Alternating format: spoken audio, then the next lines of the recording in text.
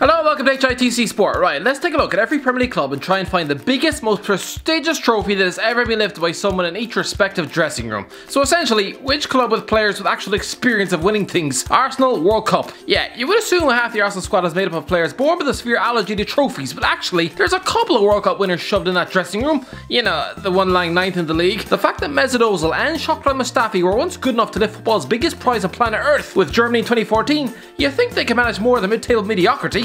Ozil has always looked languid and lazy in his style of play at the best of times, but his motivation has clearly been stuffed in the attic since 2018, while Mustafi is a £30 million walking defensive mistake, clearly born without an iota of concentration. Aston Villa World Cup.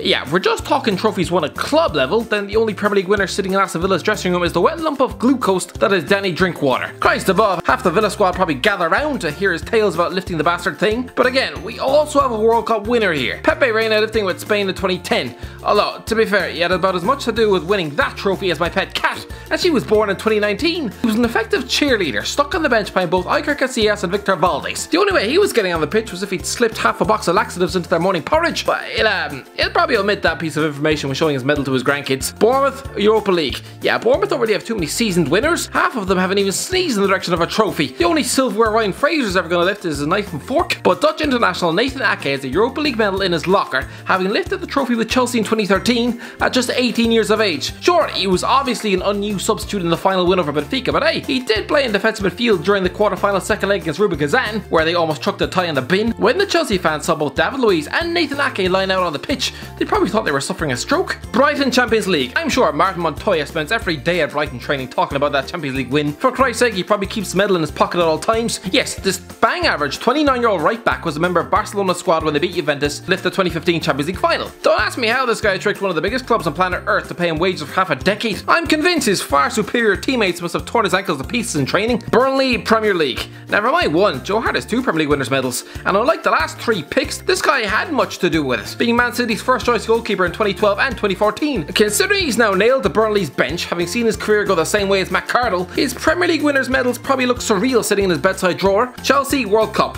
Yeah, this is an unbalanced, mostly stale Chelsea squad, but they still have 3 employees who can boast the biggest prize on planet Earth. Firstly, Pedro lifted the 2010 World Cup with Spain, often appearing as an impact sub, but did start both the semi-final and the final. For Christ's sake, he relegated Fernando Torres to the bench. At the time, that was a massive call. He was the most lethal centre-forward on the face of the planet. But hey, it worked. Oh yeah, and both N'Golo Kante and Olivier Giroud lifted the World Cup with France in 2018, despite the latter going about 60 years without a goal. Crystal Palace Champions League. Yeah, we've got a European champion in the Crystal Palace ranks. Gary Cahill probably has more medals than his ability deserves, but that's not me knocking him. Fair play for being able to go from relegation battles with Bolton to carving out a CV that rivals even John Terry's. Anyway, yeah, Cahill lifted the 2012 Champions League for Chelsea in Munich, despite having started the season stuck on the same team as that night. Fair play. Everton World Cup. Yeah, it's good old Jibril City Bay. Another fellow doesn't really deserve his World Cup medal, but hey, he did go to the World Cup in 2018 with France, and to be honest, seeing some of the big names who were left at home to spend the summer picking their belly buttons, it was an achievement to even get a ticket on France's plane. Special mention to Fabien Delph, who has a fairly stacked private medal stash, as does Theo Walcott.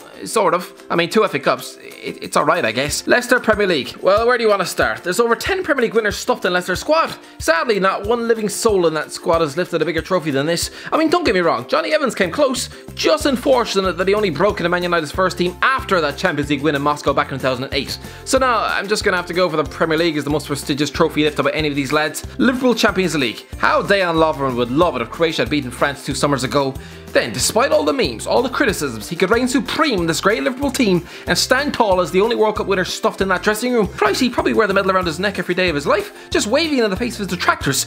You know, the ones who compare his defending to that of a malnourished pigeon. Right here, Dejan. But sadly for him, he didn't win that game. In typical Lovren fashion, he conceded 4 goals. So instead, I'm having to go with virtually the entire Liverpool squad here, who got their claws on that Champions League prize last June. Man City World Cup. Yeah, there you go with World Cup winners yet again. Step forward, David Silva, who scooped a medal back in 2010 with Spain, the same summer he left Valencia for Man City. He didn't do much, played just twice, but to be fair, he was tasked with breaking into the best midfield in world football. Kinda makes you realise, Christ, if they can afford to leave a player Silva's talents on the bench and still win the World Cup, good Christ, how good was that midfield? Oh yeah, and Benjamin Mendy, football's biggest cheerleader, picked one up for France in 2018. Man United World Cup. Again, like David Silva, Juan Mata picked up a World Cup winners medal for some easy work. Good Christ, the only thing he did the entire tournament, aside from forming an indent on the bench, was playing the final 20 minutes of a group game against Honduras. Christ, barely half an hour against a bunch of part-time plumbers and postmen, and that earns you the most prestigious medal of world football? Good Christ. Paul Pogba did earn his, playing every game as France won in 2018. For Christ's sake, he even powered home a goal in the final. Newcastle La Liga. No wonder Newcastle haven't won a trophy in decades.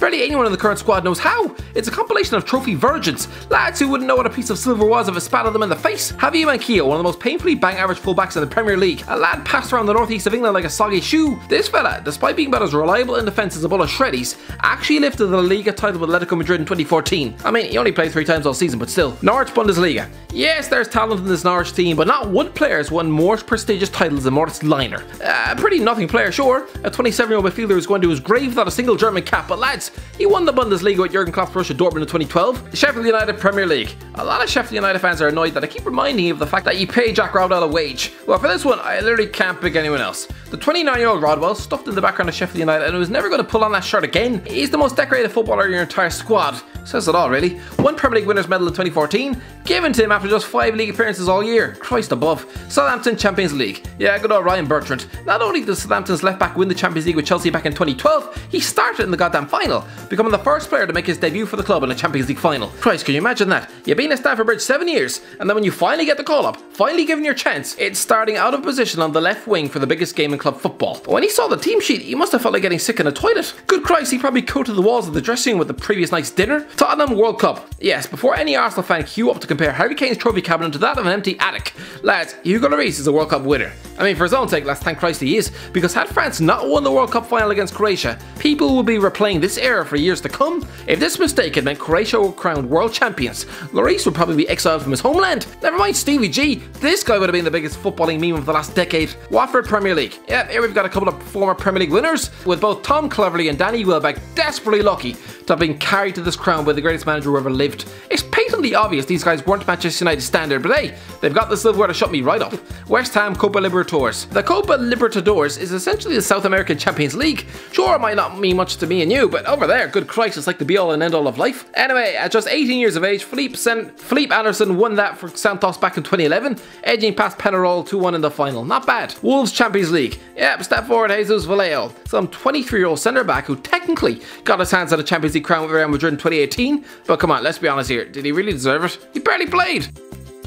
Anyway, that's the end of it, lads. What do you think? Let me know in the comment section below. If you enjoyed the video, don't forget to like, share, and subscribe, and as always, I'll talk to you in a while.